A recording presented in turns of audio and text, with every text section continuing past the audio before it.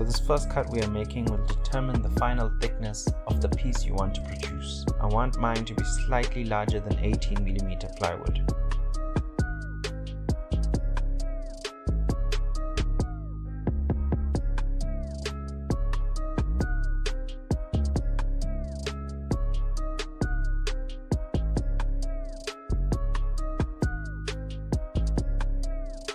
So in order to come up with a chevron pattern, we need to make several 45-degree cuts. We go on to make 3cm strips on the table saw.